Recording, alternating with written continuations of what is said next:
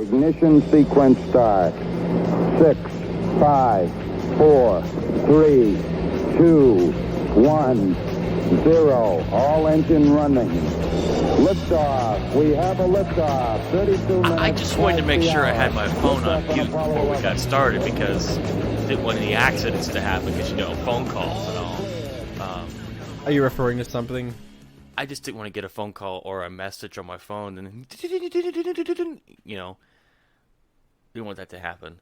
Are you going to be like just me and no one calls or texts me? So yeah. I never have that problem. It's Tuesday, January the 18th at 8:20 p.m. We're sorry it's late, but we had unforeseen circumstances arise is the reason why we couldn't be here yesterday's. But yeah. There was also no Friday show due to, again, unforeseen circumstances. That were clearly and foreseen. And if you're going to inquire upon them, it's none of your freaking business. We are not going there. Is your answer? I just didn't wanna. Yeah, that's honestly what it was. I just didn't want to. No, you weren't here, and I completely ran out of time that day. I was here. You weren't here Friday. Friday morning. Yeah, but you were here Friday whenever it was time Evening, to record. whatever. It doesn't I had to matter. work all day Friday. This is the behind the scenes bickering that you don't need to hear. Folks, episode 132 of the show. Can we give a big round of applause? Woo! We missed a show. No, this is the big 132. Whatever. Woo! Let's see. Why aren't you clapping? There's no reason to clap. Yes. You need to celebrate yourself, Joe. Okay, this is the year of me. 2022. I feel like every year is a year of you or me or... No, 2022 is the year of me. Okay, that's what we're declaring it. You know how you have the summer of George? Well, this is the year of me. Everyone can declare this year for themselves. Are you gonna read a book from cover to cover in that order? In that order. I've always wanted to do that. I'm not just gonna look at the pictures. No, and you got to play froth, Joe. Froth. Frisbee golf. No, Jerry. Frisbee golf. Golf with a frisbee. Whatever. So I wanted to find, that song from The Wizard of Oz, Bing, Bing, Bong, Bong, the Witch is Dead? You know that song? Bing, bong, the witch is dead. But I didn't know if it was still under copyright. Oh. So I honestly, I didn't even look. It had to come out before 1921, so yeah. I don't. Probably under copyright. It's not that old. No. I mean, it's old, but it's not that old. But I wanted to play that because the mandates have been choked to death. They've been killed. Bing, bong. The Justice Thomas had it in a chokehold and just snapped its neck.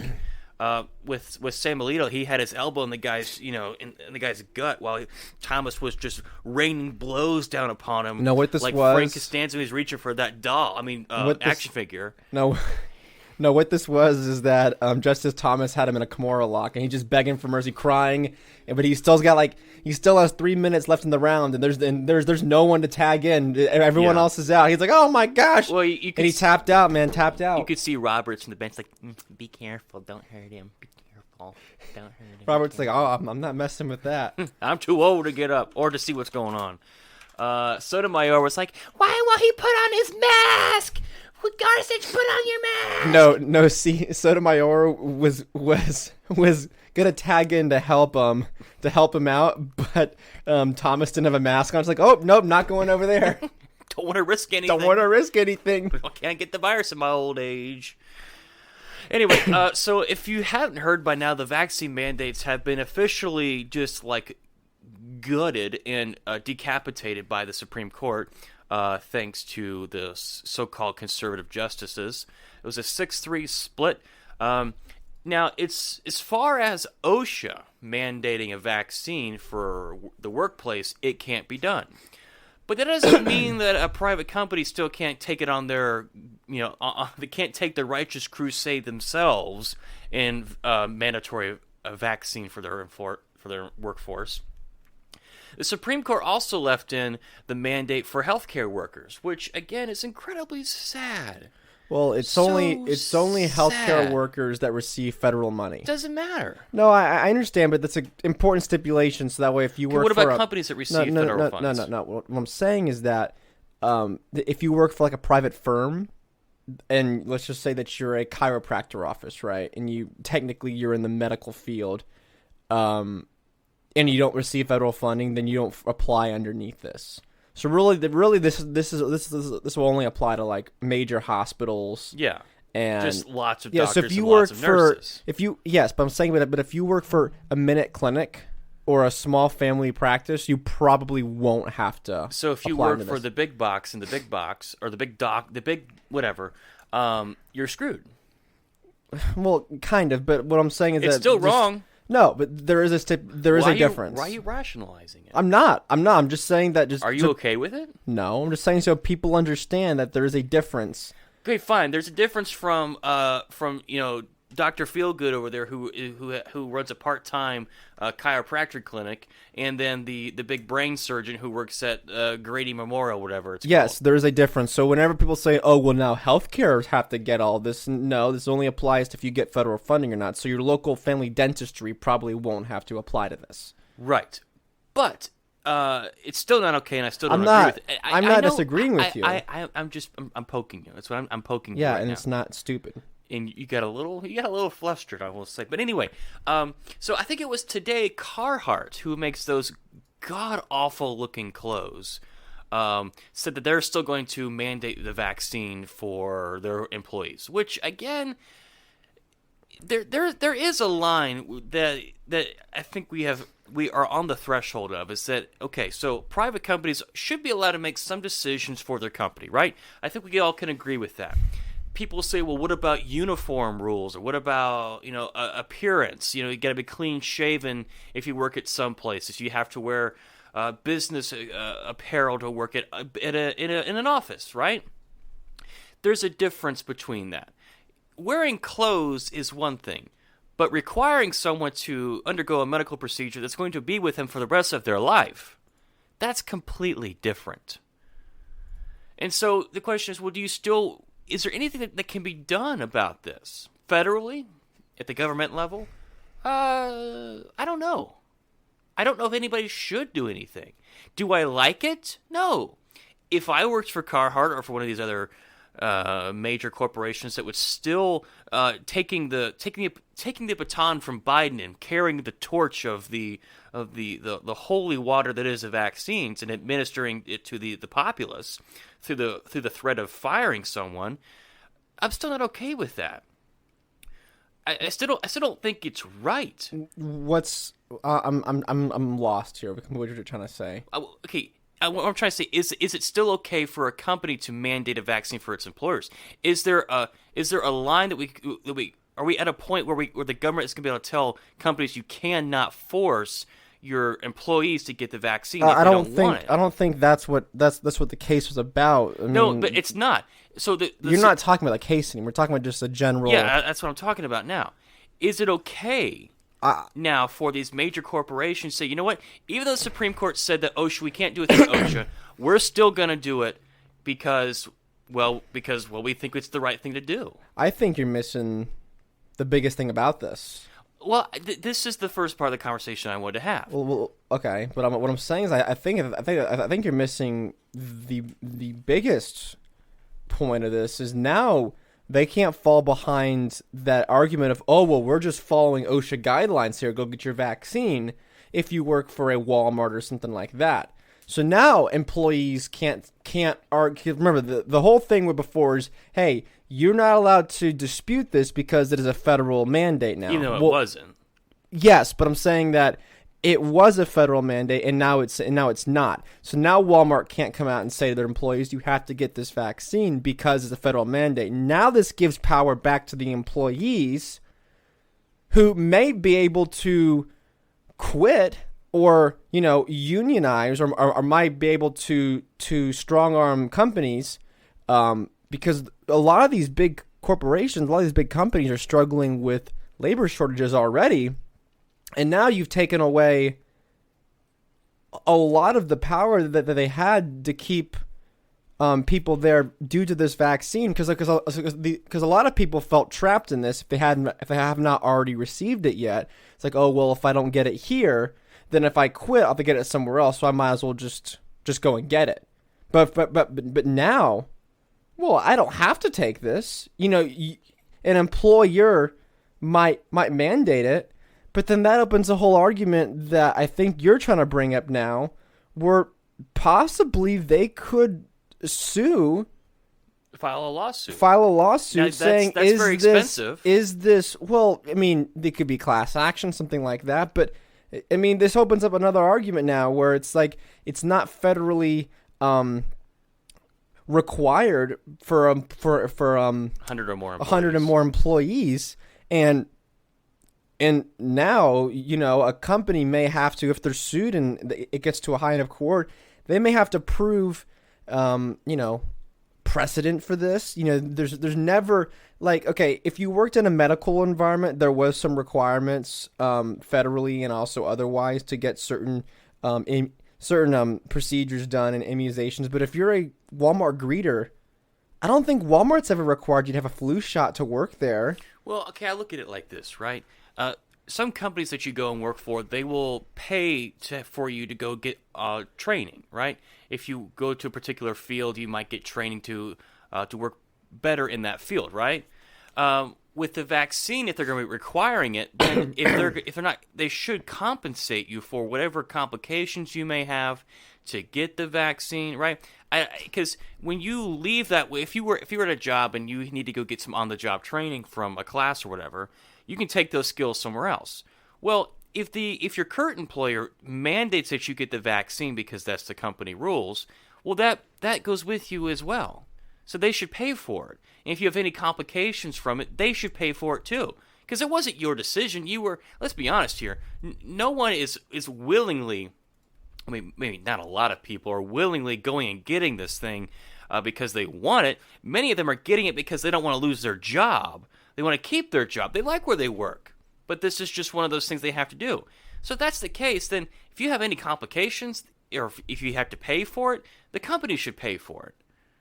But they're not going to do that, though. They're not going to do that, though. Because they're not going to do that because this vaccine, you're not allowed to sue the vaccine companies. You're not allowed to go after them if you have any complications. They're exempt from that. I'm not saying you sue the vaccine maker. What I'm saying, though, is that... I'm saying you could sue your company for forcing you to get it. Yes, but what I'm saying is that if they're not able to go after the vaccine makers, like, okay, if a company were to force you to take some kind of medication for whatever reason, let's just say that, and something were to go wrong, do you think the companies are just going to eat that cost? No, they're going to go and they're going to say, hey, why did your drug give my employee this sort of reaction? Well, what I think this is that when Biden said that I don't think he even signed an executive order. He just said that we're going to have OSHA mandate this for 100 more employees, and everyone was just like, well, you heard the president, that's the rule now. Yeah, but now it's all gone. But hang on a second. The reason why he did that, and the reason why every major corporation jumped on with it is because, well, we got to get the vaccines out there. We got to get people to get vaccinated. And there's no better way to get people to get vaccinated than threaten their job, right? That's the best way to do it. And since they knew it wasn't going to last, well, it got tied up in courts for months. And look what happened. Hundreds of millions of people got vaccinated. So the deed's been done. You've been sold a bill of goods now. Well, it became, well, I got it, so you should have to get it too if you waited. Possibly. That's what it is now. Well, how do people now got it just because of that threat? You can't get unvaccinated. I mean, unless you suck it out, I guess. I don't think that... It's like a snake bite? I don't think it works that way. But now, how many people got this, and for the sole purpose of the thought that they're going to be threatened to be fired, and now that it's gone, let's just say that you worked for... I don't know. Let's say you worked for Apple or whatever. Just Tim Apple. You worked for some major corporation who obviously would have fallen under this regulation. You got vaccinated, and now it's no longer required.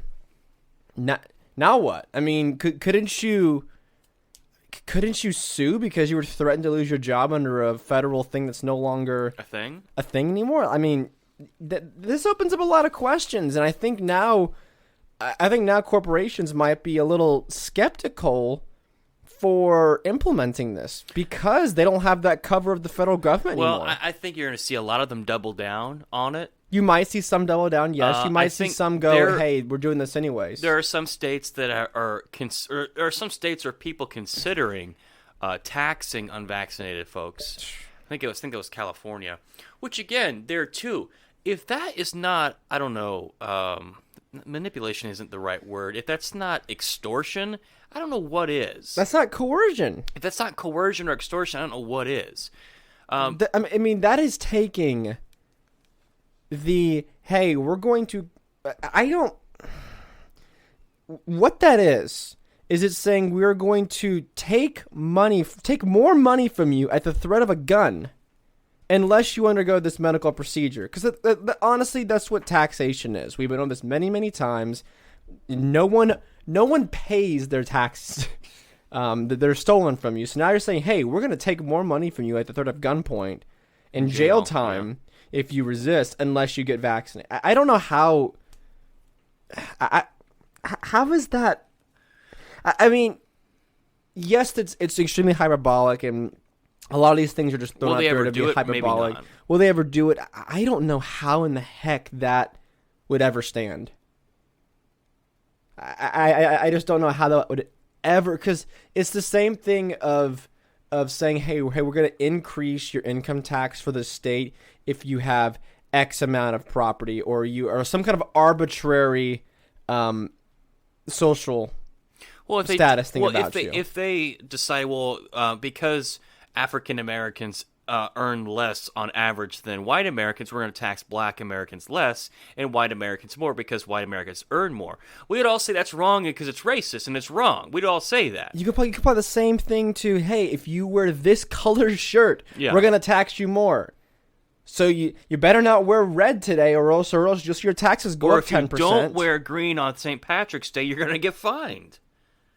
And look, I know the comparisons between now and 1930s Germany. What more second class? What more dual society are we looking at now, where you're going to have different tax rates based on whatever medical procedure you've undergone? We are. Look, that was California, right? Was it proposing that? Yeah, I think it was California. Gosh, honestly, it wouldn't surprise me if New York went the same route. But it just goes to show yet again that I think this virus just broke the country. Between Trump and the virus, it just broke everything.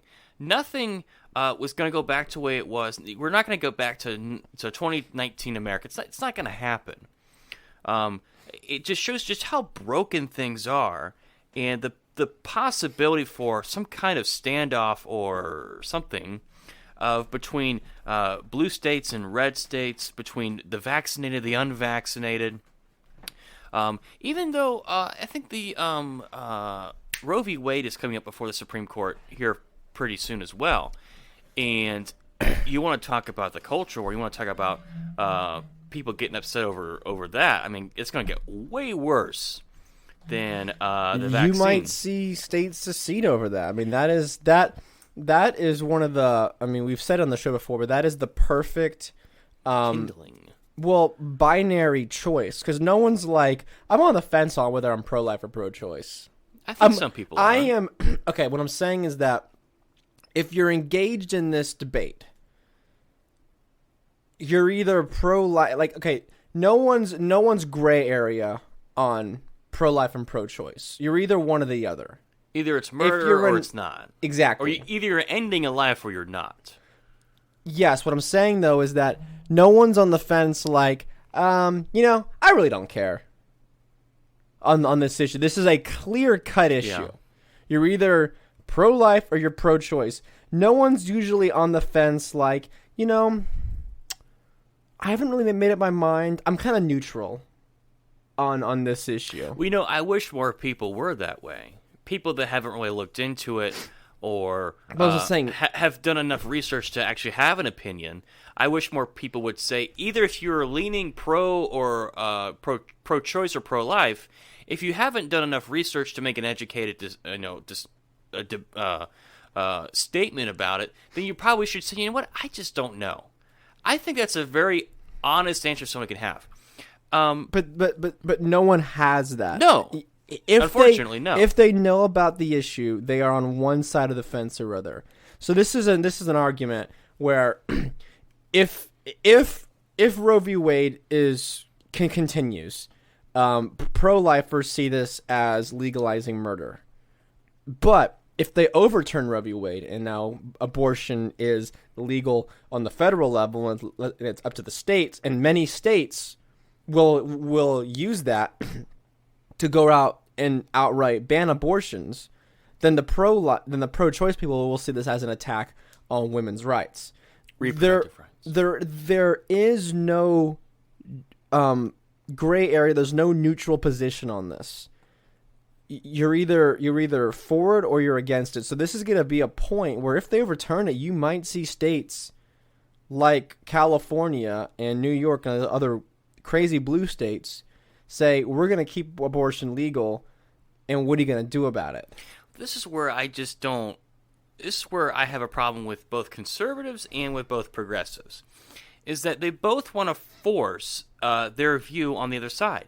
And it's like, okay, if they overturn Roe v. Wade, it just sends abortion laws and abortion rules back to the states. The federal government has no say in it. Now, there will be some states, like you said, that will automatically ban it. There'll be states that will still allow it.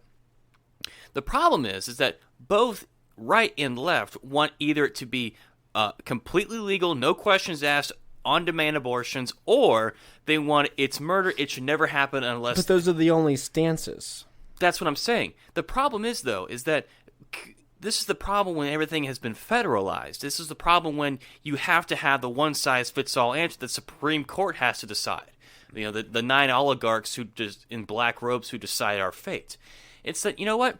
Can't we just agree? Red states, blue states, conservatives, progressives. Can't we just agree that if California wants to have more so-called liberal laws when it comes to abortion and Alabama doesn't, can we just call it even? Can we call it quits? Let's stop trying to force this on each other. If that means that California wants to secede, fine. If Alabama wants to secede, fine. But stop trying to force it on people. Because do you think that it is possible that if there were people that think that abortion is actual murder, and if Roe v. Wade is overturned, do you think there are people that will go into California or New York or wherever where abortion is allowed on demand?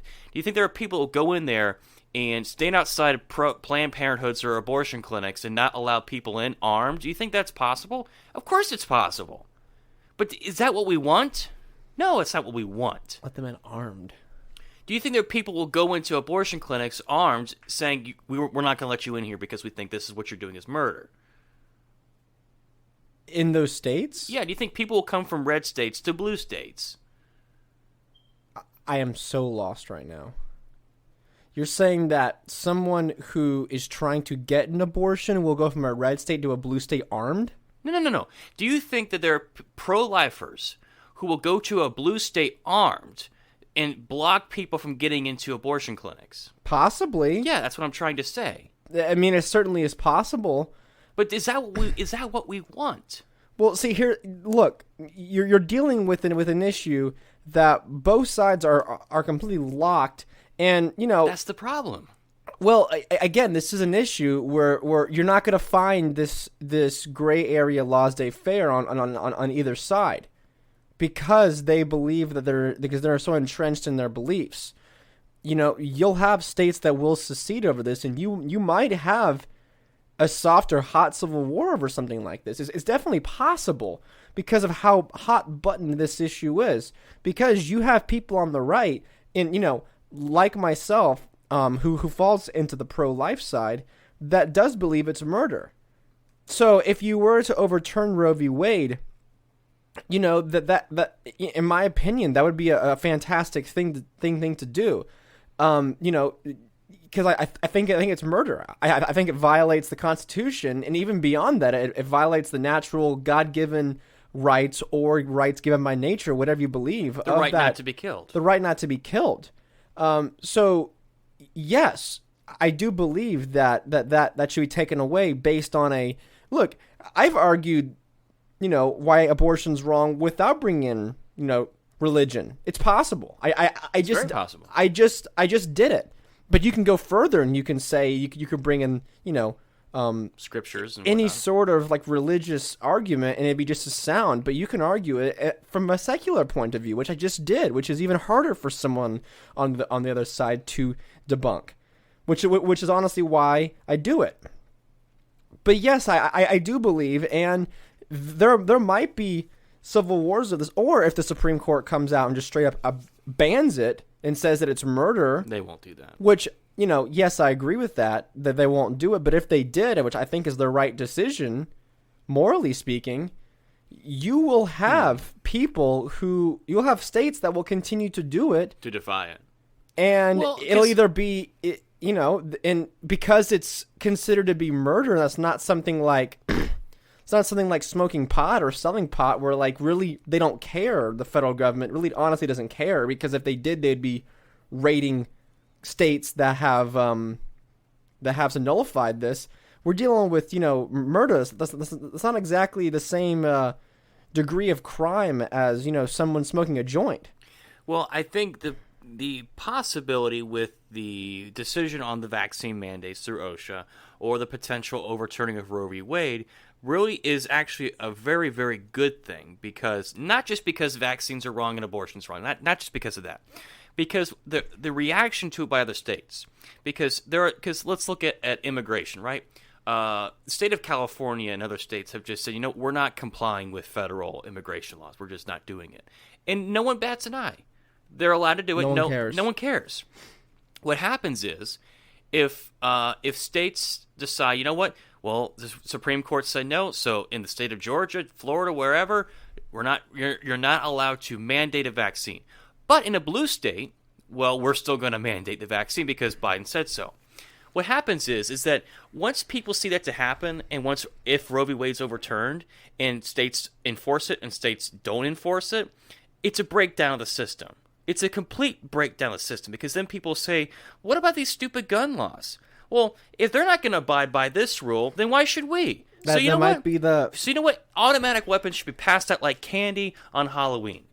Well, that might be the turning point for red states.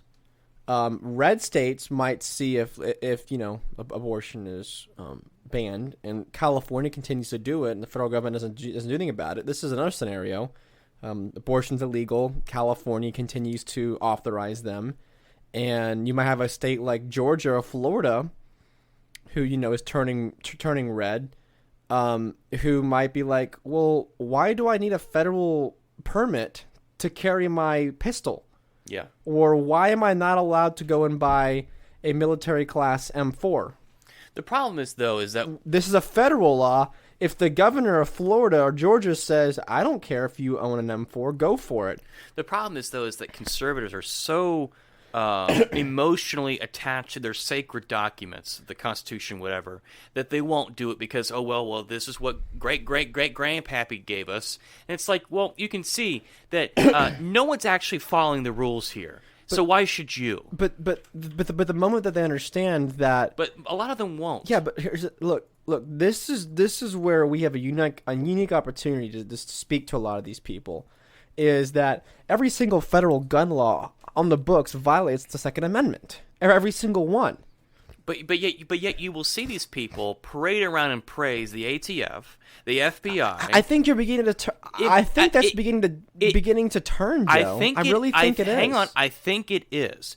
But at the same time, when you have people who vote for Trump, who are huge Trump supporters, right? Who is their number one rallying cry to? It's the police. Now, I'm not saying that police are all bad. I'm not saying they do everything wrong. But do we know who the number one supporter of gun control is? It's the police unions. So how can you have back the blue, but at the same time, come take it from my cold, dead hands? The two cannot exist at the same time. And I think you're beginning to see people realize that. I honestly do. I think that you're seeing a wake up in the conservatives. I've seen it. I've seen it personally. I think it is in a younger generation, but the older generation, the older generation are the same. Look, the people that voted for Trump are the same ones that voted for Bush for the same reason. It's not the Democrats, and it's not Biden. It's not Biden. It's not Obama. It's not Hillary. I think really what you're seeing is what I've tried to instill in people is that the people who hyped up Trump and that were completely cool with him and doing all of his expansion of governments and the budget and stuff like that. The military and police. And they're seeing federal policing. all like this. Now they're pissed that Biden has taken the keys to the kingdom. And I think many of them are beginning to wake up and say, hey, you know, if my guy had it and I was cool with it and I'm not cool with it with another guy having it, maybe none of these guys should have that sort of power. But I think they fall into the trap of, well, if it's just got to be ran better. We just got to have a better businessman in there to run the affairs. Well, yes, you're seeing that as well. It's not so much the institution that is the problem. It's just, well, the CEO of the institution is the wrong one. It's like, no, snap out of it. No, the whole thing's rotten to the core. It's not just you can't just change out Biden with Trump and think everything's going to be rosy again. No, it's the institution from the bottom up that needs to be abolished and dealt with.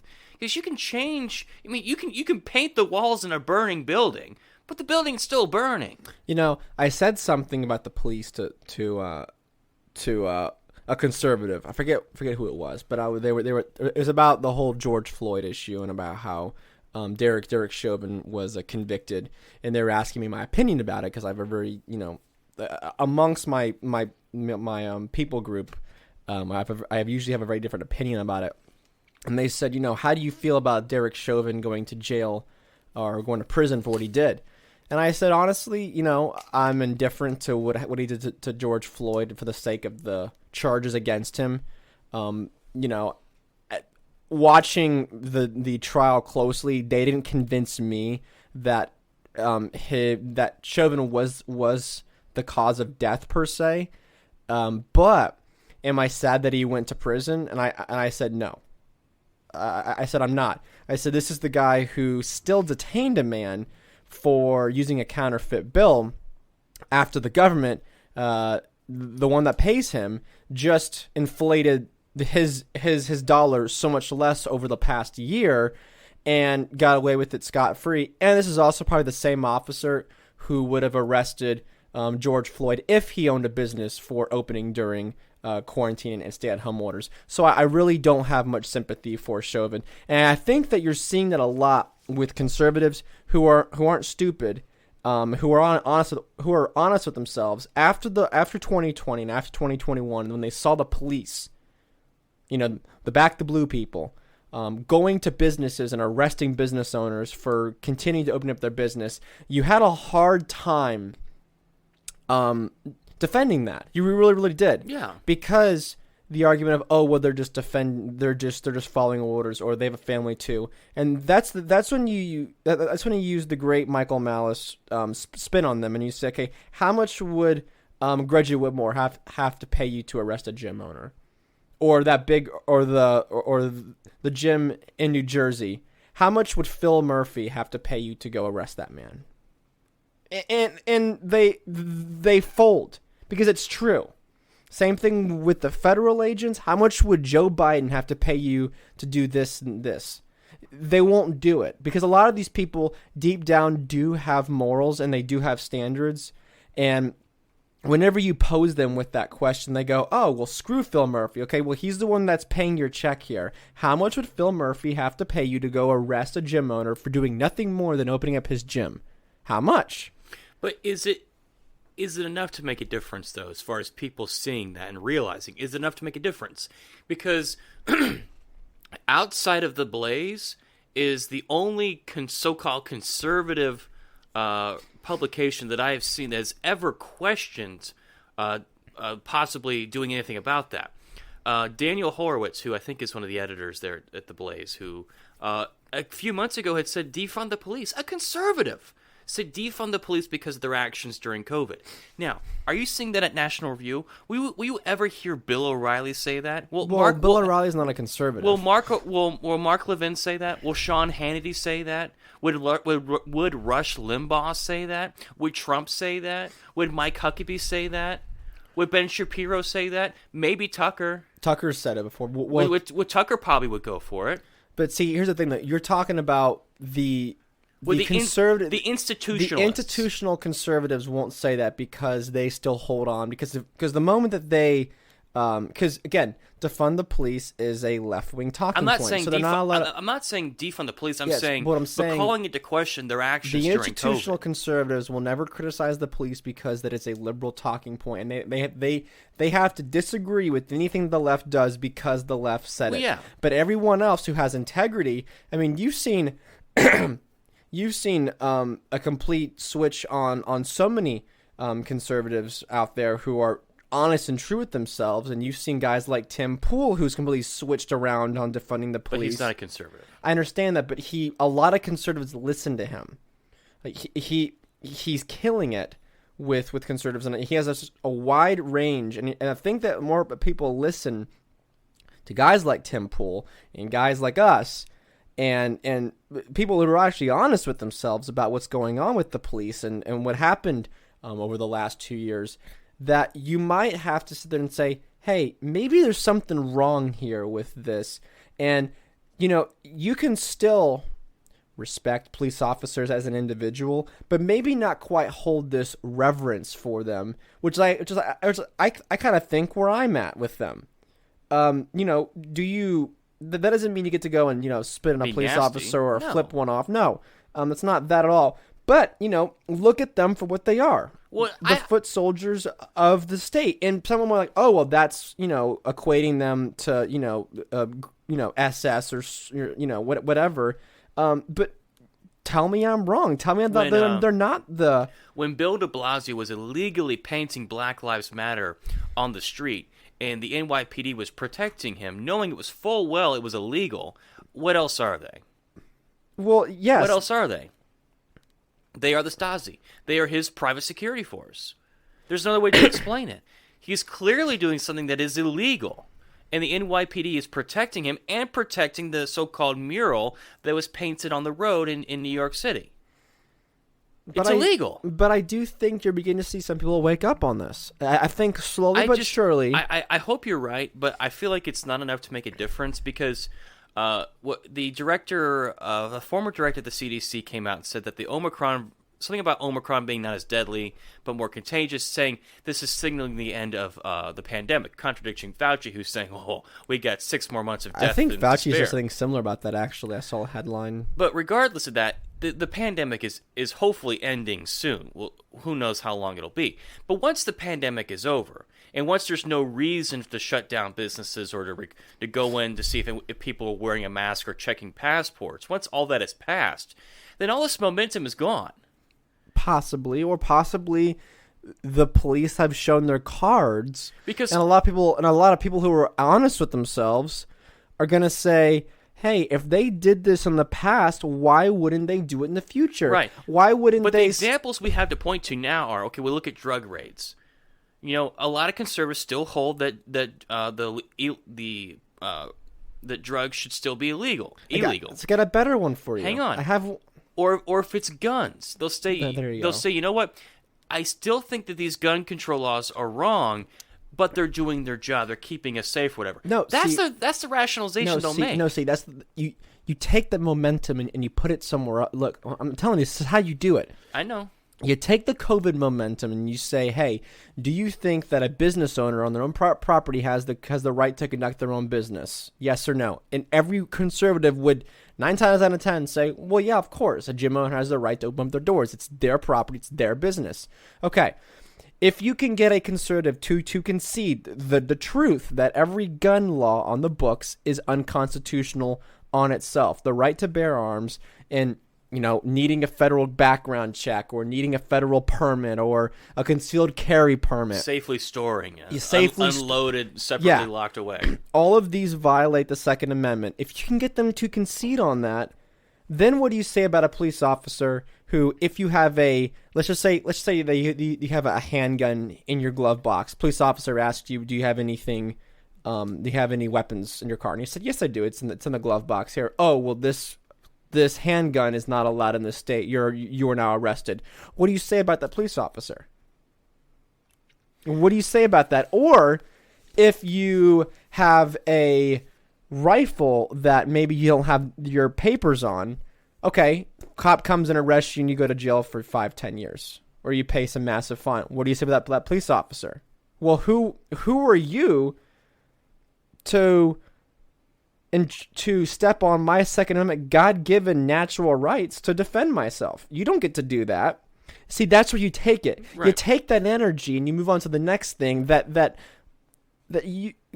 are the one thing that conservatives will 9 times out of 10 agree on. I've been to enough gun shows and I've seen enough Trump supporters, and all it takes is one good conversation with them.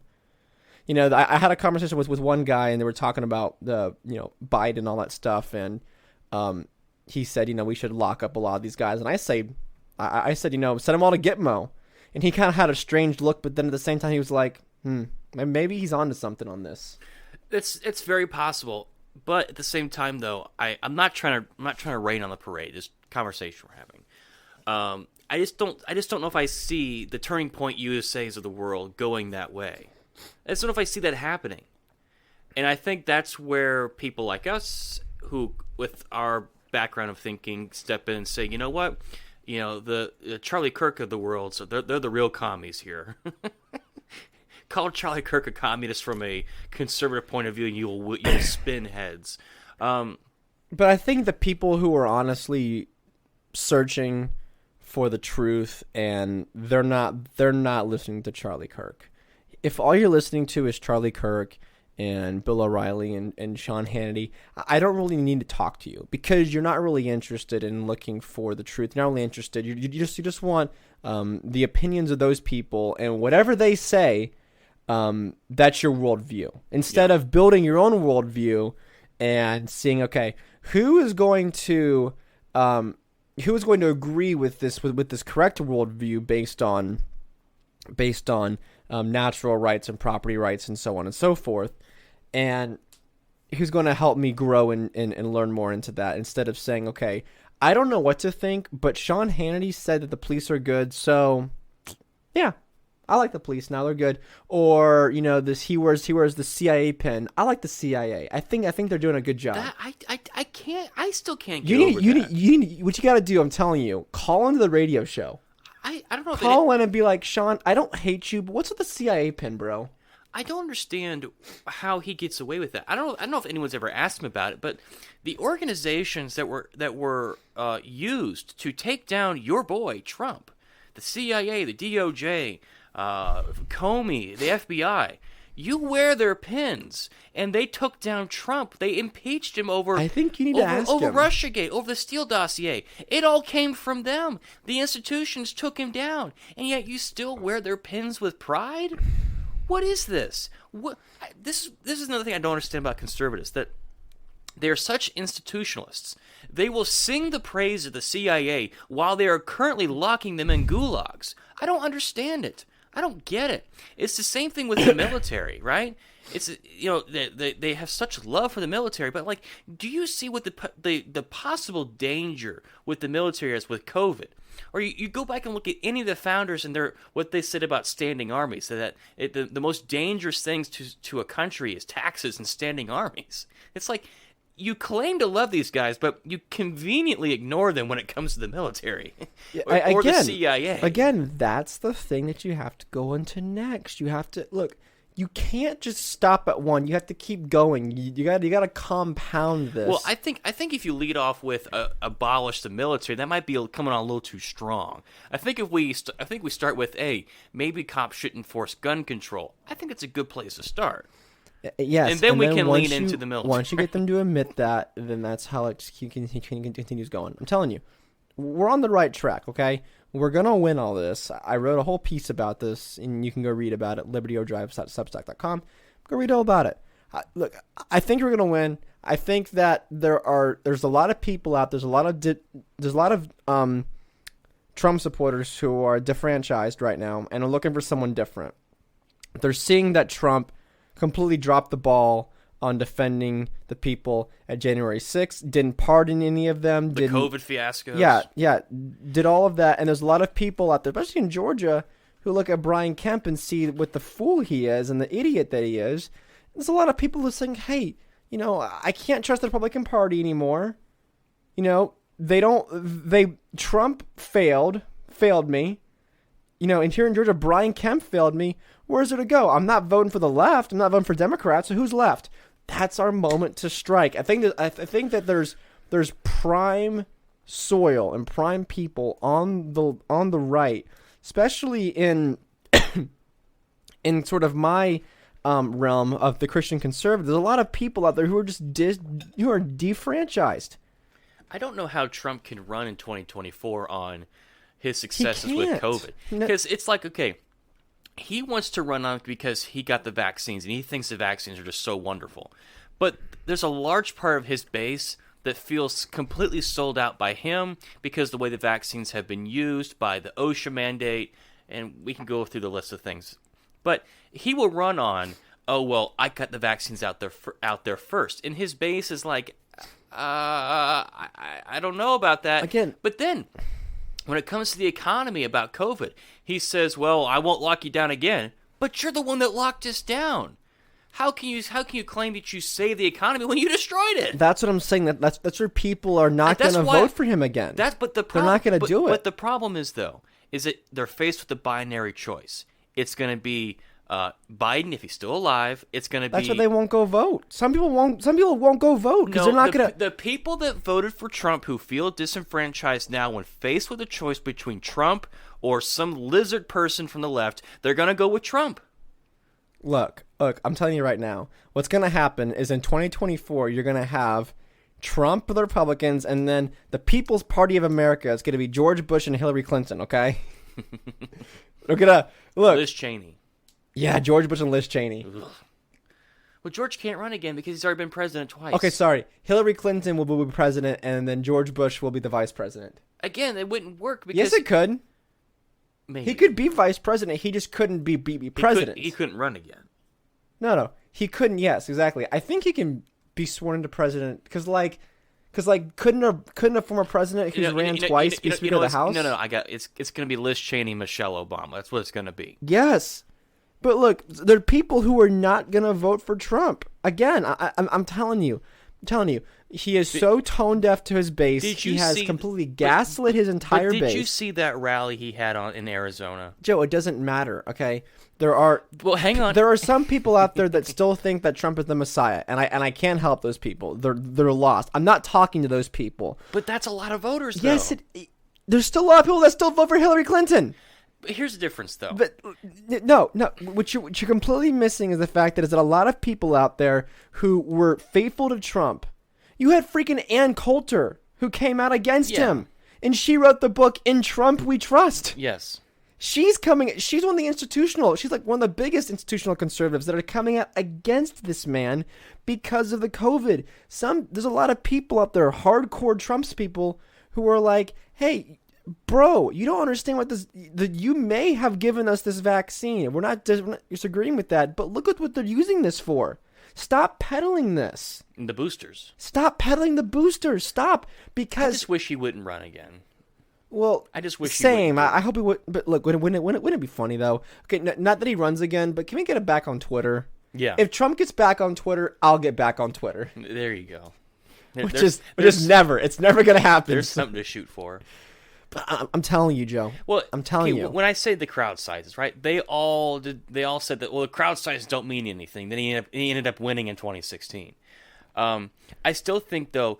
I think that people will make the flawed argument of the lesser of two evils, and they'll vote for Trump because he is the known evil versus the unknown evil with the lizard person that the Democrats will run. I think a lot of people are going to find themselves in that position. Very possible. That's why I wish he just wouldn't run.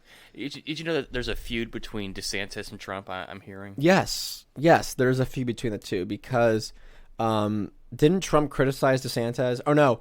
DeSantis came out and said that he wished that he criticized Trump more during the lockdowns. Ooh, that would have been spicy. Yeah, that would have been. And he would have been right. And he would have earned... Look, all the respect. If DeSantis were to come out... I know that DeSantis is sort of worshipped by a lot of the conservative libertarians out there, which I think is weird, but whatever.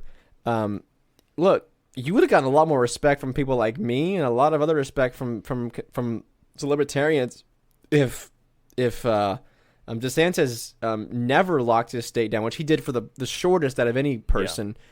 never locked his state down and criticized the president, criticized his own party, Donald, for locking his state down. I think you would have really didn't seen Trump call him uncharismatic. Probably something like that. that. It's like, wow, what a weak argument. But you know why he has to criticize DeSantis? Well, yeah, because it's his record he's running on. Well, not just that, but it's his greatest opponent. Yeah, that's true. So Trump, of course, has to come after him. Speaking of the January 6th whole thing. Oh, dear. They had a recent hearing about that. And, it is funny that we are well over a year into this, and the amount of I don't knows and questions that are still about so we'll circle back to that. This entire thing is about it. And, again, Trump completely lets his people out to dry on this. Especially and has still been quiet. He still is not defending any of his people. I'm not going to play the videos because we're running short on time, but you can go and watch Ted Cruz and Tom Cotton question the FBI director, and I think the director of the DOJ, just asking them basic questions of, hey, do you know how many arrests were made? No, we don't know. How many people have been charged with insurrection or whatever? This is an interesting thing. No one's been charged with insurrection or domestic terrorism. It's trespassing. Yeah, they're all trespassing or vandalism is what they're being charged with. I'm a little squirmy on Ted Cruz for reasons we talked about a couple shows ago, because he called what the Trump supporters did on January 6th terrorism. Nothing close to terrorism, in my opinion, but Ted Cruz still said that. And for him to come out hard against the DOJ, asking about Ray Epps and if there were FBI agents involved or other intelligence agencies involved in what happened that day, it seems like to me he's trying to, polish up that image, the Zodiac killer image there. That's fair. That's a fair criticism. Yeah. I don't trust Ted Cruz. I do think it's funny that, and then I think it was one of the two asked about if there was any FBI involvement, informants, agitators, whatever involved, and they said, I can't answer that. It's a yes or no. Yeah, so here's the issue, right? The conspiracy theory going around, I'm doing air quotes, conspiracy theory, because we all know it's basically true, that the FBI and the feds were involved in January 6th. There's a lot of evidence to point to that was yes. I don't think there's any question at this point. I don't think there is. So if the federal government wanted to clear themselves once and for all of this conspiracy theory, what do they have to say when this question is asked? No. Yes or no? Yeah, whenever the senators ask whether or not the FBI was involved, what do they have to say? Admit to it and say yes, or lie and say no. Yes. Yes. Don't come out there and say, well, we don't know. I can't answer that. Well, that is like being on the stand for murder and saying, Jacob, did you kill this person? Well, I can't answer that. The judge wouldn't allow that. I'm sorry. At this moment, I don't know. I can't remember. I can't answer that question. I can't. It's an ongoing investigation. I can't answer that question. It's been over a year. How don't they know? Well, they know. They know exactly what happened. But I'm saying is that you are not giving yourself any outs here. You're only making it worse. You're only condemning yourself further by answering this way. Well, I think, again, back to what we were talking about a minute ago about the tide turning. When you see people like Jimmy Dore and Russell Brand saying that we may have been lied to about the whole January 6th narrative, there's something changing there. You want to take someone who was hard left, Jimmy Dore, and pretty hard left, Russell Brand, saying maybe we were lied to about January 6th and feds being involved. When you got this Ray Epps guy saying, tomorrow we got to go into the Capitol. And everyone's going, no. Fed. It's like, is there any question at this point anymore? I watched that video again, and whenever he said, tomorrow we're going to the Capitol, some guy went, what? Like, are you insane? What, are you insane? No, we're not doing that. So this Ray Epps guy apparently was a part of the Oath Keepers, and he was on the FBI's wanted list. And then suddenly he wasn't anymore after January 6th. It's like, come on, this is easy. Yeah, this is easy. Of course they're hiding something. And for you to suggest otherwise, like, well, who's giving you money? But then open your eyes. Again, and where is Trump in all this? Seriously. asking these basic questions. Where is he? Why isn't Trump coming out with, for a press conference saying, I demand answers on who Rayapps is? I demand answers on this. You're gonna throw... Look, if I'm Trump, I'm coming together and saying, you threw my people in jail. You threw my supporters in jail, under the bus. Well, not just that, but coming out and trying to redeem himself, now seeing all that's gone on. You threw my people in jail. Were you involved? The American people need answers right now. Were you involved? Did you agitate? Did you incite all of this? And did you push people to go inside the Capitol? I think former presidents still have some level of security clearance. I think they do. I don't know. I'm sure there are holdovers from his administration in the current administrations and the agencies. Why isn't he asking for whistleblowers to release information? Well, you have, look, as you said, the tide is turning. You have Jimmy Dores of the world, the Glenn Greenwalds, who Glenn Greenwald has been one of the best people covering this entire thing. If you've not read his Substack, you need to go read it, because he has been on this. Guys like Matt Taibbi, these are not Trump guys. No, very, very much the These opposite. are not Trump guys. So whenever I hear people saying, oh, Jacob, it's a riot and it was a threat of our democracy, okay, are you going against progressives who are trying to get to the bottom of this? And I think that Glenn Greenwald wrote something like, love or hate Ted Cruz. He's asking questions that need to be answered. Yeah. These are questions that have to be answered. You know, and if you don't know, like, if you're going to give that answer, we don't know. Well, why don't you know? It's been a year. You're the head of the DOJ. Why? How do you not know where your people are? You answer to the Attorney General. How do you not know? How do you not know these things? And if you're just saying to cover it, you're just damning yourself to further speculation that you really were involved, which at this point, is it any question that they were?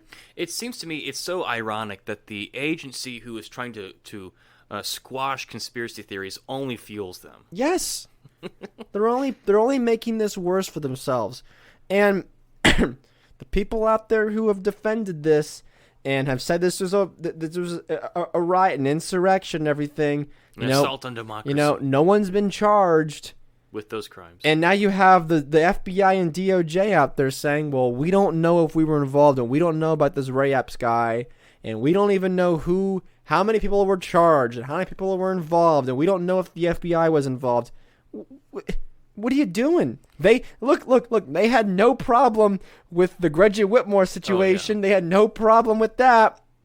The 9 people that were involved, half of them were feds.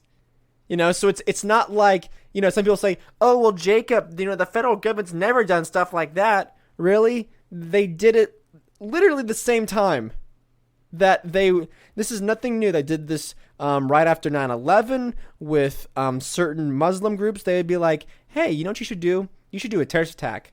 And by the way, here's all the training and here's some weapons. You remember the gay nightclub shooter? Yeah. He was basically an FBI informant that they were pushing they were trying to entrap him like they do all the time, and that's how they got him to end up going up shooting up the gay bar. Well, it's just like the whole Gretchen Whitmore kidnapping. Randy Weaver.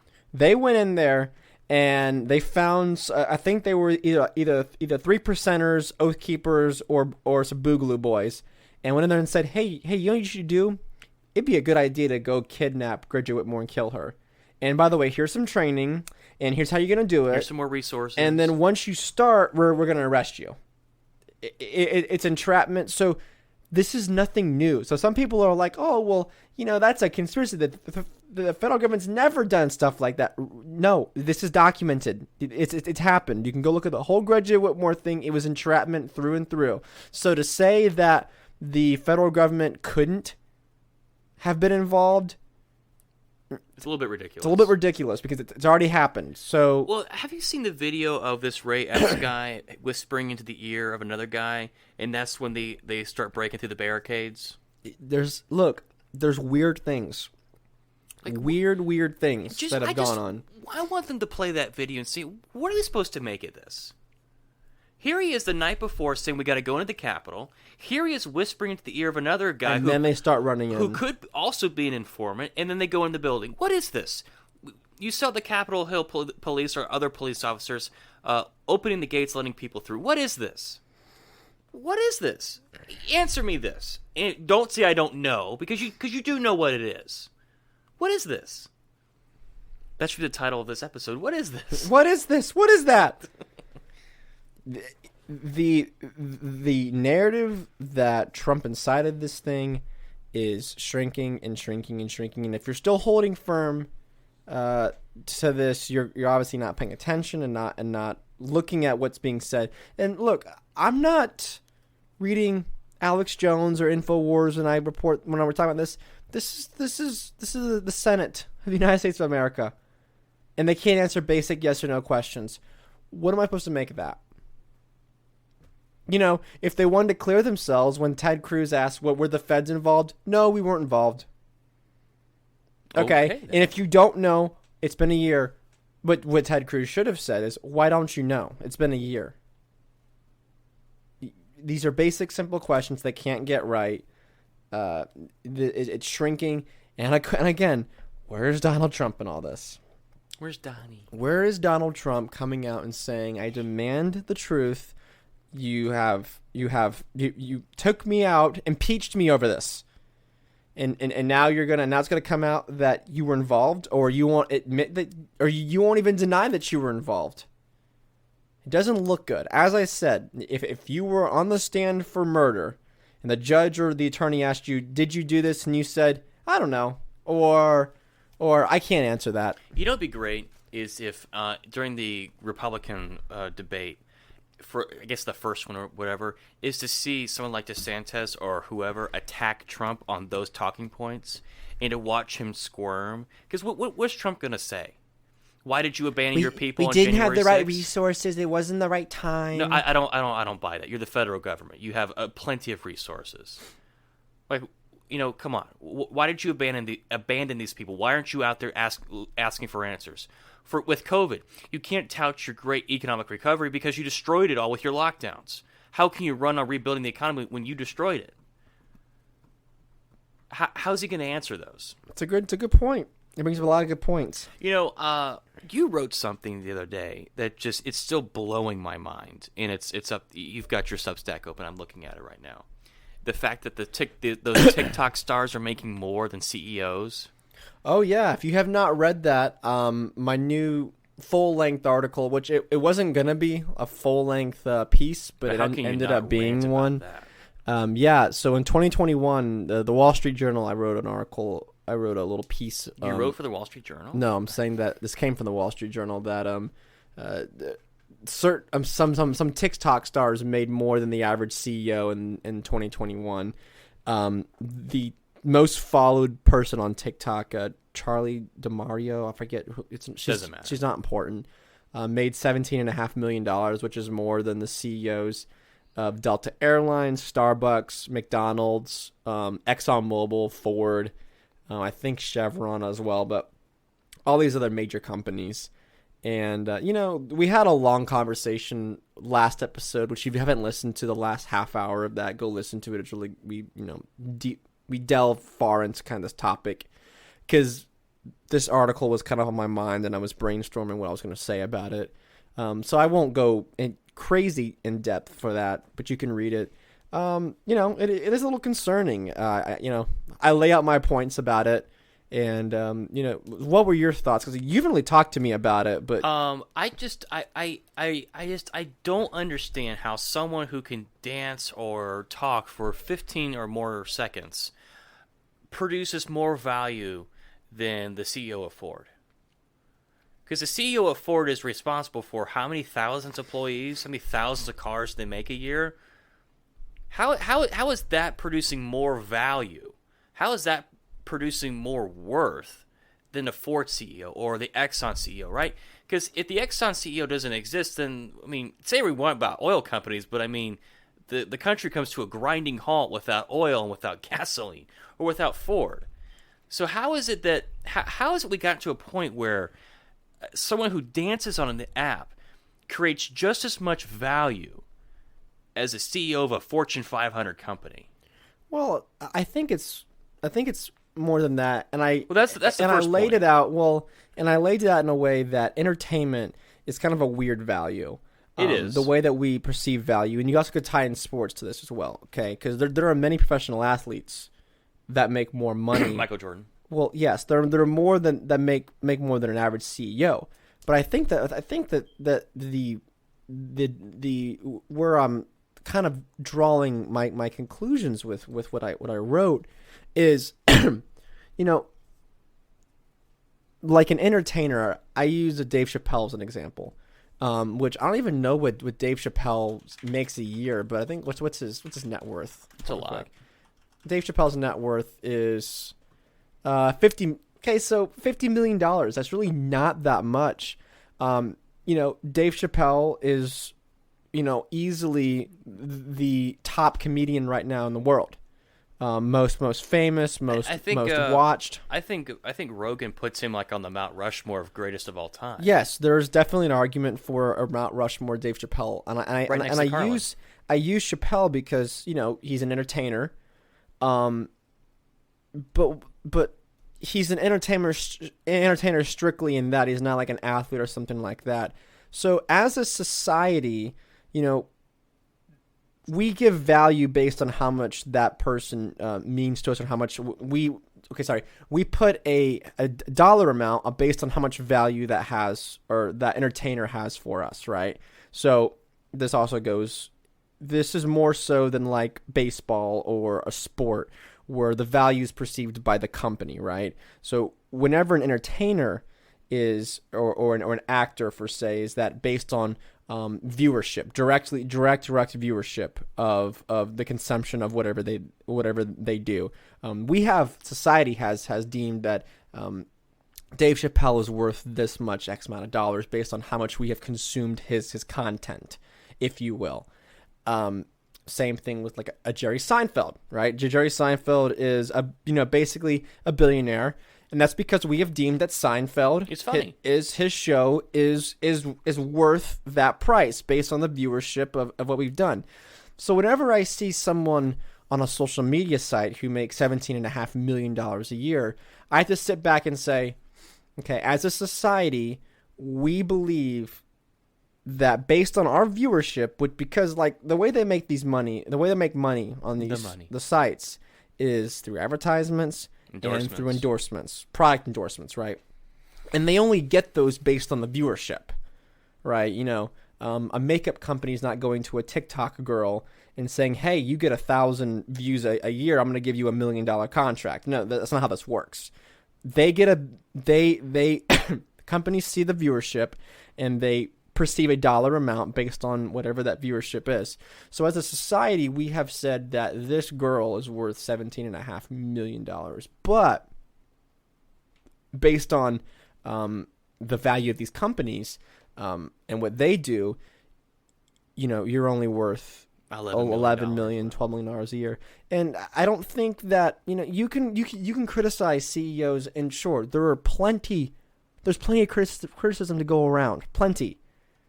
But whenever we take these $2 amounts and we say that, hey, we're paying these there's many other TikTokers who make millions of dollars a year. It's not just her. We're placing this much.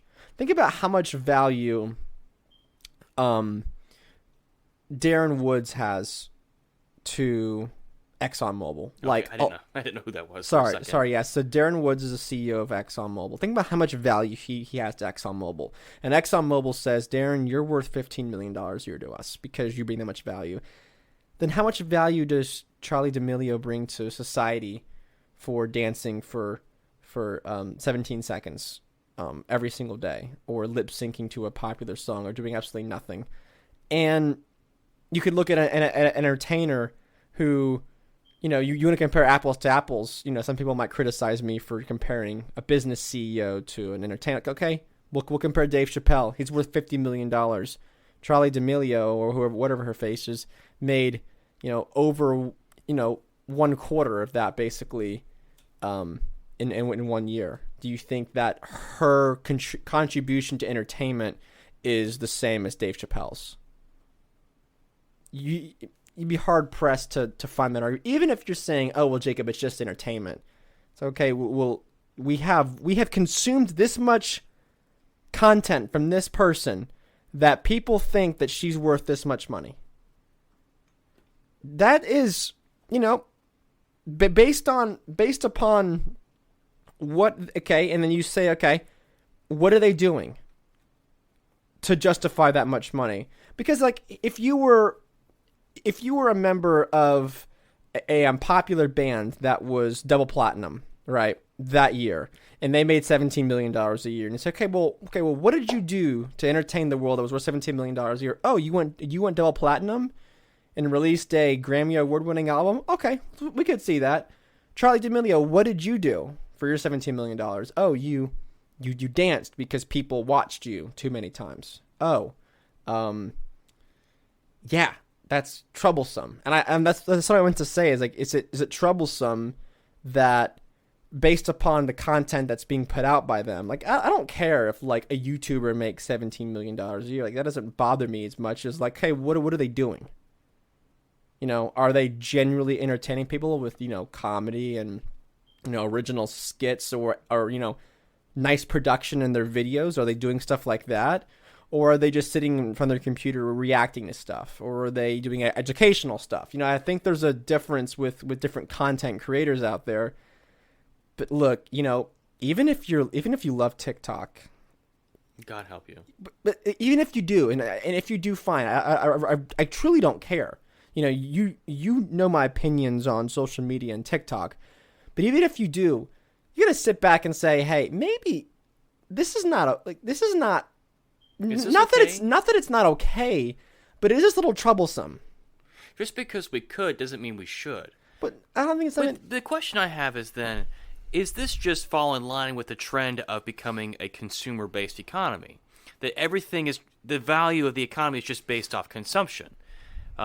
Because we've so demonized and pushed away hard work and labor and building companies and building stuff that we're willing to put more value in TikTok stars or YouTube stars or whatever, in versus, well, we will demonize the people who make our cars, the people who put gas in our cars, the people who that run the trains, the people who make the semi trucks that deliver the goods that we need. We put more value in looking good for less than a minute versus powering and functioning the economy and the infrastructure. But I think that you can make that argument for many different professions, not just entertaining. But I think it's different though, because when you look at her, but is it? But when you look at a TikTok star versus a major league pitcher, right? They went through years, and if not decades, to prepare themselves to be a major league pitcher. And here this kid is making just as much as they are, and all they did was just turn on their phone? But look, what I'm saying is that you're using the argument of production versus consumption, okay? What does Garrett Cole makes like $30 million a year, okay? He makes double what Charli D'Amelio makes. What does Garrett Cole produce in comparison to a truck driver or a home builder or a plumber or a welder? Nothing. Ticket sales. Yeah, but what that's not producing anything. You use the argument of producing. What I'm saying is that there's nothing wrong with being an entertainer. Nothing wrong with being a Major League Baseball pitcher. What I'm saying is that you have a fixed dollar amount of $17.5 million. Okay, let's compare it to other people within the quote-unquote entertainment. I'm using her as entertainment very loosely, but that's what people will say, that it's just entertainment, Jacob. It's just TikTok's entertainment, Jacob. Just leave it alone. Nothing wrong with it. Okay, we're going to compare that to entertainment. Dave Chappelle, Jerry Seinfeld, other hardworking comedians who are actually comedians and have to work a craft and have... Or you could look at artists who create amazing works of art who are unrecognized in their time that die penniless. You could look at someone like George Carlin, who I think died not a very rich man because he had legal troubles. But someone like who is infinitely more brilliant and infinitely more culturally impactful and in his time versus her. She's going to come and go, right? There will be someone else that will replace her. Carlin will be around forever. Dave Chappelle will be around forever. Unless they cancel him further. Unless they cancel him again. He can only be canceled so many times. But these apps come and go. These so-called celebrities, these internet celebrities come and go. But people like Chappelle, people like Carlin, Seinfeld, why are we just saying comedians? Well, I think that because people say, okay, well, or she's like actors, right? She's so funny with what she does. But I think you're missing. I think you're on it. I think you're missing my major point is that she only gets this based on viewership. Yes. So people, certain generation has deemed her this valuable. And look, again, I made the argument. But I think could that just be where this generation finds value? Yes, but I made the argument that I don't care that she made this much money. Like, personally, I don't care either. I'm not one of these progressives who will say, okay, a CEO makes too much money. I don't think that she made too much money. I don't care that she made $17.5 million per se. What I'm saying is that as a society, we have deemed this much value based on someone who literally just does nothing and dances in front of their phone and doesn't bring anything of productive value as a CEO or as someone who does physical labor or as someone who brings genuine entertainment into the world. And this is where society is quickly heading as, these influencers, voice crack, these influencers are continuing to make more and more money each year at these accelerating rates. And I don't know, this can only come from massive social media use. That's the only way this can happen. And are we okay with that too? That's where I come from was the argument was it's not a matter of her making money. Like, I don't care. Like, I know there's YouTubers like PewDiePie and all these other guys who are, amazing content creators and been at the game for a very long time and have worked extremely hard for the audiences that they have made. But what I'm saying is that this is all comes from social media, and without social media, these sort of things don't exist, right? If social media went away, the comedians, the actors of the world, they're all fine. Sports, they're all fine. It doesn't matter. They're only popular because of these addictive, cancerous apps to society. And that is where I was bringing the argument. It was on the bottom. It says, has social media gone too far? Has usage gone too far? What this is, it's the Disney World version of the economy. It's a fake. It's not real. Because the people have you seen these videos where people live in vans and they have huge followings and the people just watch them in their daily life living in a van? It's a huge movement thing, a trend now. Like, when did this become a thing? How we got to a point where people can make money off of recording themselves living in a van? Why are people giving money to that? Had that have some sort of value to it? I guess it's where people have just deemed. But do you get what I'm saying? The Disneyland version of the economy. Well, people have deemed it valuable. It's fantasy. With their time. Like, okay, no one's really paying with their money. They're paying with their time on this. And people have deemed that these stars are worth their time this much. And, I raised the question of is that healthy for a society to dedicate $17.5 million worth of our time and honestly our data, because there was a great quote. I forget who said it. It's a great quote where if a product is free, you're the product and not the thing that you're consuming. Yeah. If it's free to use, you're the actual product. Is that all these social media companies use your data and sell it and harvest it. So really, you're the product on all this. So people have felt that that's a good value. That's where they want to spend their time. That's what they find value in, and I just raise concern. You can compare to, CEOs have always been demonized, and correctly so for a lot of them, for a lot of their industries. The only one that I will criticize is Robert McNamara. That's the only one I will criticize. Well, I said that there's plenty of blame to go for oil companies. It's a joke, Jacob. I know. It's a Vietnam joke. Plenty of blame to go for big tech. But I came out and said that, Apple and Microsoft provide tremendous value to the economy. And I think that, and there's only it's only by their phones and their device that we have access to these cancerous sites. Yeah, but that isn't no. Do you know I was looking at today before we started this show? What? Flip phones. Flip phones? Are you gonna get a flip phone? If there was a way that I could look at the light phone. Have you seen the light phone? If there was a way that I could still get podcasts and I could still stream music, just get an iPod. I would switch to a flip phone immediately. Look, the light phone. Have you seen this thing? It's like the light phone's like a Kindle, kind of like a Kindle, where it's like the Paperwhite display. I think you can get podcasts and you can get music on it. It can never connect to the internet. Because all I want is a device where I can have Bluetooth, so it connects to my car, where I can stream music and podcasts. But I don't want to be able to surf the internet. I don't want social apps on there. I don't want Google Chrome on there or whatever. I don't want any of that. I think you can get an iPod Touch still. I think they still sell iPod Touches. Can that stream music?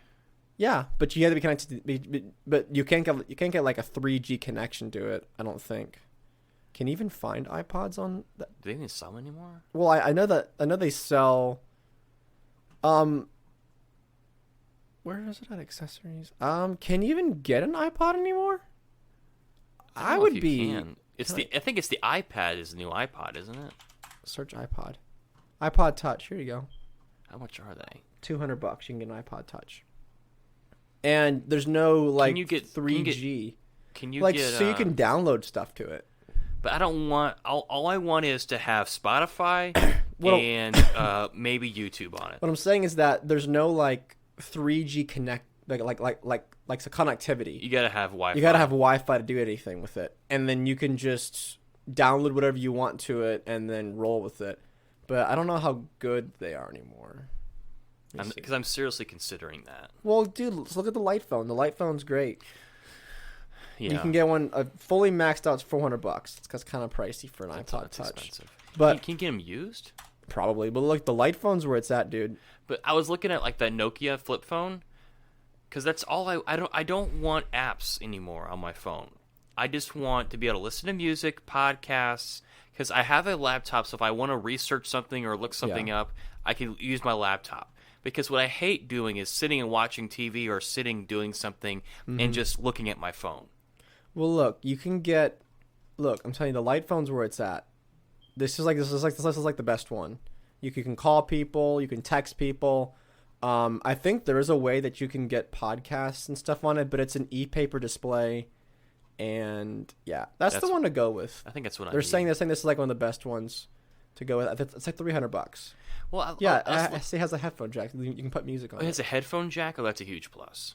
But I think you can use Bluetooth. I'm pretty sure it has Bluetooth. You can listen to it with headphones. Because I hate trends and I do everything to avoid trends. But if I was going to lead a trend, it would be to get rid of your smartphone. The only reason I would keep a smartphone is so I can use GPS. I can see that too, and that's one of the things that's holding me back. Is okay. Sometimes if I need to get somewhere and I don't know how to get there, I can just use GPS. And say, well, Joe, just delete those apps off your phone. We all know how this works. You delete the app, but then you end up downloading it, or you just find another way to waste time doing whatever. So I don't know. But yeah, that was kind of the length of the article, and it's just I think I've made it my personal mission, not only with Liberty, but for society in general, for the health of society, is to get people off of social media. I was watching some of these documentaries on YouTube who talk about social media, and some people are saying there was this one video I watched, and they said that you don't have to get off it completely. You can just minimize it, and that's hard. And I understand that argument, but whenever you're dealing with something that's scientifically as addictive as hard narcotics, nobody would come out and say, "Oh, hey, you just need to just learn how to adapt to cocaine usage or opioid usage." So no one's a former alcoholic who like has a massive addiction to alcohol and says, "Okay, well, you just need to put limits on how much you drink." No, usually it's, "Hey, you need to get off of this stuff forever." Do we ever talk about the people who are obsessed with celebrities tend to be less intelligent? I forgot to mention that inside of the article, but that's a good point. And I may eventually write something else about that, because I'm kind of trying to do more of the social media commentary as well. because the truth of the matter is with this, that unless you're a celebrity, or unless if you're an athlete, comedian, and you have to promote a brand or an image, you don't, being on these social media sites, you get none of the perks of that, but all the downsides. Like, if you're a popular celebrity, actor, athlete, whatever, there are some perks, I would admit, to being on social media. You can promote your brand, you can do stuff like that. But if you're not, and you're just like me, what benefit is there? Yeah, that's what I've always just found. And of course, if you want to get my full thoughts on social media, I did write an article back in November, why I nuked all my social media, which I'm actually considering full on deleting. Some of these apps. I've actually considered getting rid of Facebook, just like nuking Facebook. No, just like nuking the account in general. Yeah.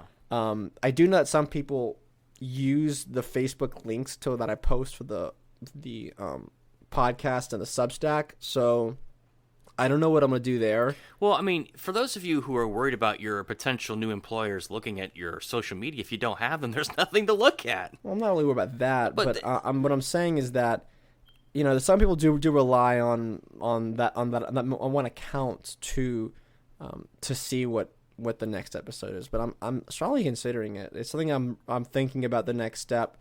I just know there's like photos and things that I want to keep and wouldn't want to lose forever. There's pictures of me with friends and places I've been that I'd want to keep because they're important things that I've done in my life. So, trying to figure a way to back all those up onto a hard drive or something if I were to completely nuke it. I haven't decided, but it's something I'm strongly considering. Definitely something like Instagram. I might go through this week and just find whatever pictures I want on there that are important to me that are not already on my phone, and then I might actually just completely nuke my Instagram. The Twitter, I already have my backups on Twitter, so I don't really have to have that account up anymore if I really didn't want to. But I've never understood the desire to follow celebrities, right? I've met some famous people, but I've always felt so awkward around them, And the gossip sites like TMZ or whatever, that all they do is follow celebrities and the relationships, whatever. Why do people care? Is your life so devoid of meaning and reason that you find value and reason and meaning in someone else's life? That's got to be incredibly sad. Now, there are people that I admire, there are people that I like, but I would never want to, know all the intimate details of their life. Like, okay, for instance, right, when Neil Peart died, there was an article surfacing around of, the last pictures that were taken of him before he died. I don't want to see that. That's a respect thing. It's not. I don't want to see that. Why would anyone even want to post that? Or release that kind of stuff. The same thing would have happened if someone was like, "Hey, this is the last photos of a David Bowie or Betty White or something like that." And Betty that's White. So weird. Why would you want to post that? Well, it's sick people. Or see that. It's sick people. Days before someone dies. Why? What is that? Or when people when actors who get newly married, there's the photographers following them, taking pictures of them on their honeymoon. Why? That's just so weird. Because we place value and we fantasize about people, about people's lives. It's just so weird. It's weird as a culture. It's weird. So yeah, that's kind of what we were thinking. Kind of a rabbit trail episode, but thank you guys for sticking along. These episodes are not always going to be over an hour. These past two ones, we've kind of had a lot to say and ranting sessions and whatnot. Let there be light. I have a lighter. And yeah, I'm excited for this week. There should be an episode on Friday. If not, for whatever reason, I do apologize. I didn't do one Friday because of time. I was at work literally from morning to so after the sun went down. There was no time, and you were gone. And honestly, I kind of wanted to keep this topic for you to talk about with the whole Supreme Court and everything. So that's why there was an episode. But there should be one this weekend as well. Yeah, I'm continuing to write. If you want to read my thoughts exclusively that are not on the podcast, Liberty Overdrive .substack.com is the only place to get my thoughts. I'm no longer active on social media. As I said, if you see a post there, it's just because I shared it and immediately got off the site. So, and this also goes for friend requests. I'm not accepting any more friend requests to that account. If you send me a message, I'm not going to respond to it, so I'm sorry. Another thing I wanted to mention about the social media is that if you want to engage with me on a post or podcast that I did put out, if you leave a comment, I'm not going to see, if I do see it, I'm not going to respond to it. So if you want to comment, leave a comment on the Substack itself. It sends me an email and I can immediately shoot you back something, or if you wanted to chat privately over it. But I just don't want somebody to. I just don't want someone to feel like I'm ignoring them. Yeah. Which kind of in a way I am ignoring you, but you now have more context as we do have a show email too that you can send emails to. Yes, StainBrothersShow@gmail.com. You can shoot all of your questions, concerns, comments, which is probably if you're listening to the podcast, you'll see that in the link description below. So probably the best way to do that is there. But I was talking about mainly my thing on Facebook. So. That's the episode of the show, guys. Thank you so much for checking this out. Joe, do you have any final thoughts to humble any words of encouragement for our humble troops? I